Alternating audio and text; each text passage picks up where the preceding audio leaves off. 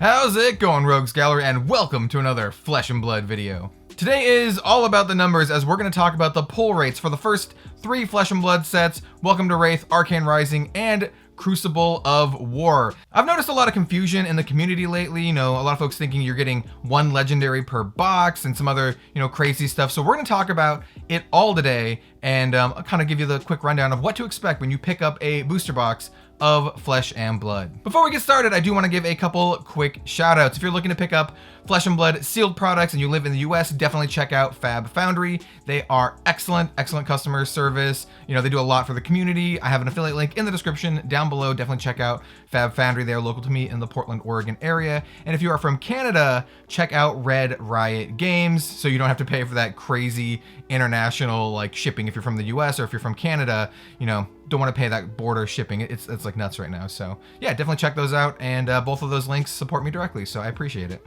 All right, so first up, we're going to talk about Welcome to Wraith and Arcane Rising. These boxes basically have the exact same pull rates for the cards inside. They are also the only 2 sets to have super rares. Every single set after these 2 sets will not have super rares. They will only have commons, rares, majestics, legendaries, and presumably fableds. So yeah, just keep that in mind when we're talking about super rares. Super rares are only in these 2 sets. Also keep in mind that there is no difference in pull rates between an alpha print and an unlimited print booster box, or a first edition print and unlimited print. I use alpha and first edition pretty interchangeably. The very first set, Welcome to Wraith, the first edition was called alpha. Every other set is going to be called first edition, so there's no distinction between the 2. But in regards to pull rates, they're all the same. Honestly, the only difference between them is that Welcome to Wraith and Arcane Rising did not have the little color-coded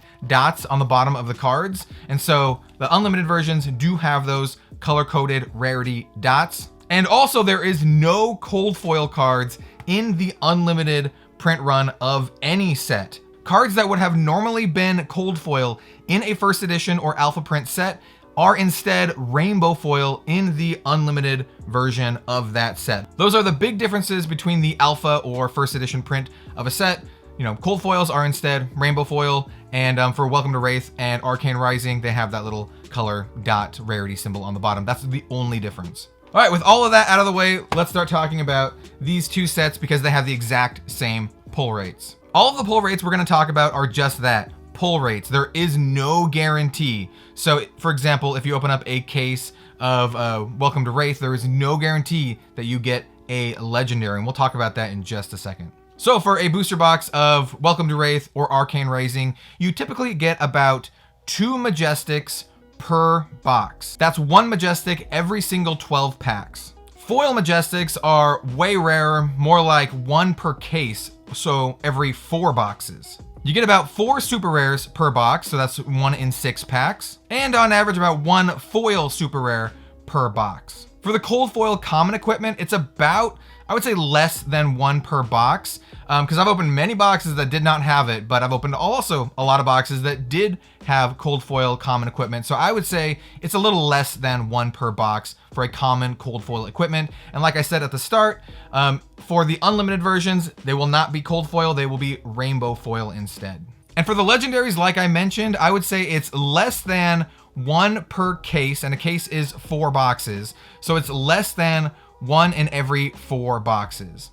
And I would say slightly less than that. I've definitely opened cases on the channel where I did not get a legendary in it. So it's definitely a possibility, but on average, you will probably get a legendary in a case. But like I said, it's all random. It's all luck. So you might get one, you might not get one. Fabled cards are the real doozy there. They are at least 1 in every 40 boxes, at least. Some folks think they are more rare. We don't have any concrete information about this, but yeah, it's about 1 in every 40 to 80 boxes. That's a 1 in 960 chance per pack, at least 1 in 960. So if you see all those people posting about their sweet Fabled pulls, that's incredibly lucky. I know, when you're on Reddit or you're on Facebook or wherever, people are posting their pulls. They're like, yo, check out my Arcanite shard, check out my heart. that's actually incredibly lucky. You know, those are the very, very rare and few individuals. So just keep that in mind when opening things up. If you do not get a, pardon me, if you do not get a Fabled, you know, don't feel bad. I have not gotten a Fabled, and I've opened a lot of cases. So, you know, it's very, very hard and very, very rare to get one.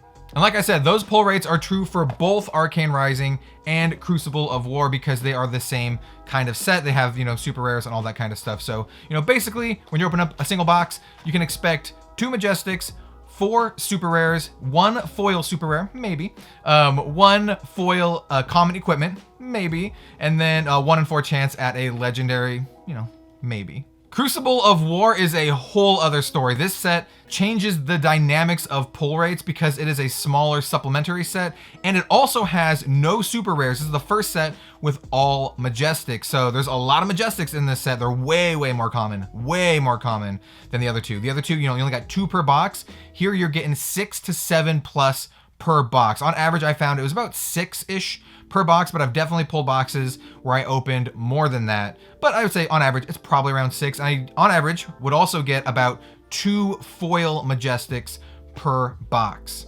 And the pull rates on the Majestics are so much higher because they replace the super rares. So instead of having super rares, they're just all Majestics. So just keep that in mind. Majestics are less rare, but you get more of them, but there's also less supers because there's no supers. So it kind of all balances out. So yeah, about 6 Majestics per box, 2 additional foils, so you know, 8 total Majestics on average. You know, like I said, there's some variation here. And I also want to note that some Majestics are much rarer than others. Majestic Equipment and the Gorgonian Tome, so basically any card that you would only want one of in your deck or only can have one of in your deck, are significantly more rare than a regular Majestic. And I don't know the true pull rates on these, but I found that a cold foil Majestic Equipment was about as rare as a legendary from the previous set. So it's about 1 in 4 boxes for a cold foil, or a, you know, rainbow foil in the unlimited version.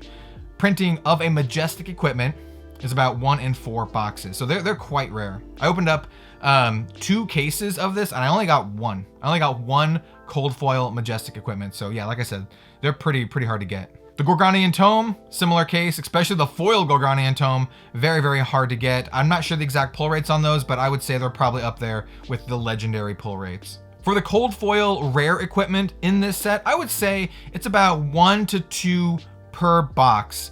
Once again, cold foil for the limited edition and rainbow foil for the unlimited edition. So for the rare equipment, you know, 1 to 2 per box on average, I would say. Honestly, probably closer to the 1 side, but I've definitely seen boxes that had 2, so yeah, something around there. The heroes that appear in the set are similarly rare, like the equipment, because you only need 1 of in a deck. So the rainbow foil heroes, there are no cold foil heroes. The rainbow foil heroes in this are also quite rare. Once again, I don't know the true pull rates, but I got about maybe 1 foil hero every 2 boxes from my own experience. Once again, don't know the full pull rates on this stuff, but it's about like, you know, 1 every 2 boxes or so. Now let's get to the legendaries, because that's very interesting. There are only 2 legendaries in this set and a special hidden full art card, which I would think are about as rare as the legendaries. So we're going to include that full art Twinning Blade with the legendary pull rate. These legendary pull rates are actually from Legend Story Studios. It is about 1 in every 240 packs. That's 1 every 10 boxes. So do not feel bad if you buy 2 cases of Crucible of War and you do not get a legendary, because, you know, 2 cases, only 8 boxes. The odds are against you. Pulling a legendary from this set is very hard. Basically, pulling a legendary from this set is the same odds as pulling a single specific legendary from Welcome to Wraith or Arcane Rising. So the odds of pulling a specific tunic from Welcome to Wraith are the same odds as pulling that specific tunic from this set. The Fabled pull rates are the same, and they're still insane. You know, 1 in every 960 packs. Like I said, the Fables are very hard to get. And that's about it for today's video. I didn't talk about the rares or the commons because you get commons and rares hand over fist. You get, 1 to 2 rares per pack. The second rare would be replaced with a super rare or higher. So you get a ton of rares. You get like, maybe 4 to 5 foil rares every single box, and you get at least 1 foil per pack. So you have, all the other foils that you don't get, they're gonna be common or rare. So you're gonna end up with a lot of those, which is why I didn't include them in today's video, because I think they're kind of pointless. You just end up with a crap load of them, basically. If you like the video, then leave a like, comment, and subscribe. Check out my Patreon if you'd like to support me directly. I have some tiers on there where I give cards back to you and sealed booster packs if you sign up for the booster pack tier. We are currently giving out Crucible of War packs, but I'm kind of running low right now, and if I can't get another Crucible of War box, there's supposed to be a reprint on the 20th. If I can't get another box before my Patreon rewards go out, then I might just do Welcome to Wraith. I'm not sure yet. Maybe we'll just wait until I get that box and then I'll ship everyone's stuff out. That's neither here nor there, but just know I have a Patreon. It's a great way to support me directly if you like the content I do and you'd like me to continue doing Flesh and Blood content, and a cool way to get something back. It's not a really good value proposition. It's not great value, but it's a way of supporting me and then getting something, as a thank you. Thank you again for watching the video. Let me know if you like this kind of stuff, and I will make more of this kind of stuff going forward. I'm making a lot of Flesh and Blood content. It's my favorite game right now, and it's going to be the main focus of the channel, basically going forward. So subscribe.